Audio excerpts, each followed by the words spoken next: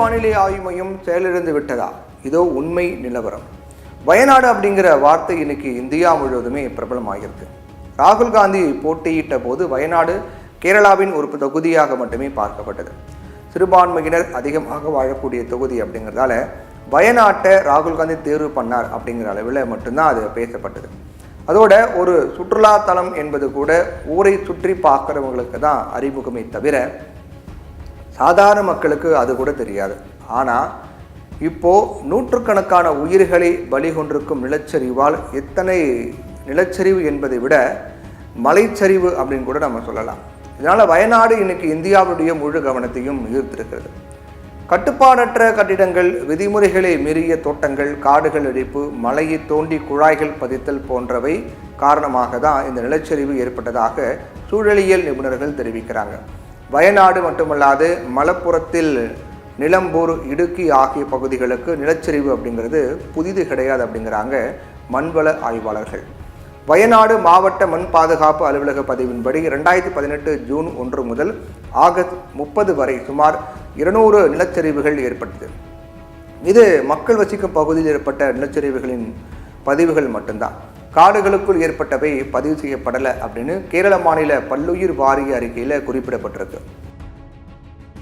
வயநாடு முழுக்க மலைப்பகுதியாக இருப்பதாலும் அப்பகுதியில் மண் இயல்பாகவே கெட்டித்தன்மையற்று மிருதுவாக இருப்பதாலும் அங்கு சீக்கிரமாக நிலச்சரிவு ஏற்பட்டுவிடும் அப்படிங்கிறாங்க. வடகிழக்கு மாநிலங்களுக்கு அடுத்தபடியாக 2வது அதிக பருவமழை பெறும் மாநிலமாக கேரளா இருக்கு. புவியியல் ரீதியாக கேரளா அதன் மேற்கு அரபிக்கடல் மற்றும் கிழக்கு மேற்கு தொடர்ச்சி மலை அப்படின்னு வகையில் அமைந்திருப்பதால் அதே அளவிலான மழைப்பொழிவு பெறுது கேரளா. இதனால் ஜூன் முதல் செப்டம்பர் வரையிலான பருவமழை காலத்தில் வயநாடு, இடுக்கி போன்ற மேற்கு தொடர்ச்சி மலை அமைந்துள்ள பகுதிகளில் நிலச்சரிவு அதிக அளவில் ஏற்படுது.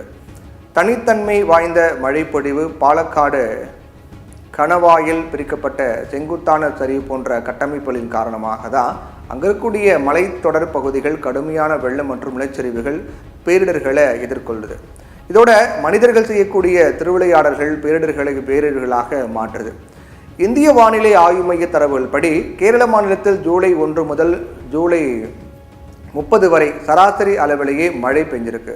வயநாடு மாவட்டத்தை பொறுத்த வரைக்கும் கடந்த 30 நாட்களில் சராசரியாக 13.5 சென்டிமீட்டர் மழை பதிவாகியிருக்கு. ஆனால் இப்போது இந்திய வானிலை மையத்தினுடைய முன்னெச்சரிக்கை குறித்து பெரும் சர்ச்சையும் சந்தேகங்களும் எழுந்திருக்கிறது. அதாவது 100 முதல் 200 மில்லிமீட்டர் மழை வரை மட்டுமே பெய்யும் அப்படின்னு இந்திய வானிலை ஆய்வு மையம் கணித்திருந்த நிலையில் 48 மணி நேரத்தில் 572 மில்லிமீட்டர் மழை பெய்ததாகவும் ஆரம்பத்தில் ஆரஞ்சு எச்சரிக்கை விடுக்கப்பட்ட நிலையில் மழைக்கு பிறகு ரெட் அலர்ட் விடுக்கப்பட்டதாகவும் கேரள முதலமைச்சர் பினராயி விஜயன் குற்றம் சாட்டியிருக்கிறார்.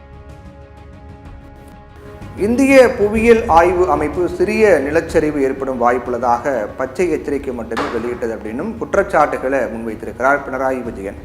இந்திய வானிலை ஆய்வு மையத்தின் மீது குற்றச்சாட்டு ஈடுவதும் ஒன்றும் புதுசு கிடையாது. கடந்த டிசம்பர் மாதம் முதல் வாரத்தில் ஏற்பட்ட சென்னை வெள்ளத்தின் போதும் 3வது வாரத்தில் ஏற்பட்ட நெல்லை, தென்காசி, தூத்துக்குடி கனமழையின் போதும் இதே புகார் எழுப்பப்பட்டது குறிப்பிடத்தக்கது. அந்த மாதத்தில் சென்னை, திருவள்ளூர், செங்கல்பட்டு, காஞ்சிபுரம், நெல்லை, கன்னியாகுமரி, தென்காசி, தூத்துக்குடி ஆகிய மாவட்டங்களில் பெரிய அளவில் மழை பெய்து வெள்ள பாதிப்பு ஏற்பட்டது. வீடுகளுக்குள் தண்ணீர் புகுந்ததால் மக்கள் இயல்பு வாழ்க்கையை தொலைந்து உணவுக்காக கையேந்தும் நிலையோடு ஏற்பட்டது. இது தொடர்பாக பேசியிருந்த தமிழ்நாடு முதலமைச்சர் மு க ஸ்டாலின் டிசம்பர் 17, 18 தேதிகளில் கடுமையான மழை பெய்யும் அப்படின்னு சொல்லியிருந்தது.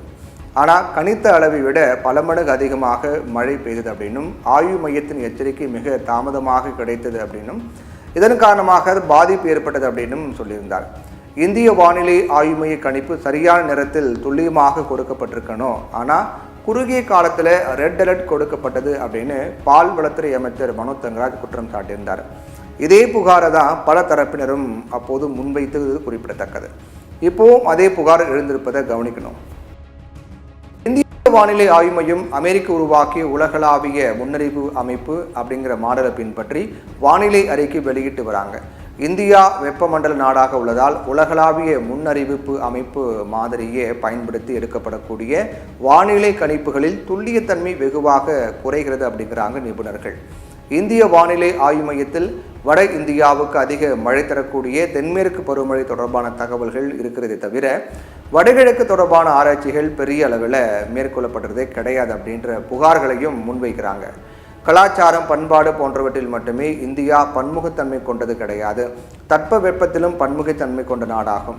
அதனால அதற்கேற்ற முறையில் இந்திய வானிலை ஆய்வு மையம் வடிவமைக்கப்பட வேண்டும் என்பதையே கேரள பேரிடர் எடுத்து காட்டுது.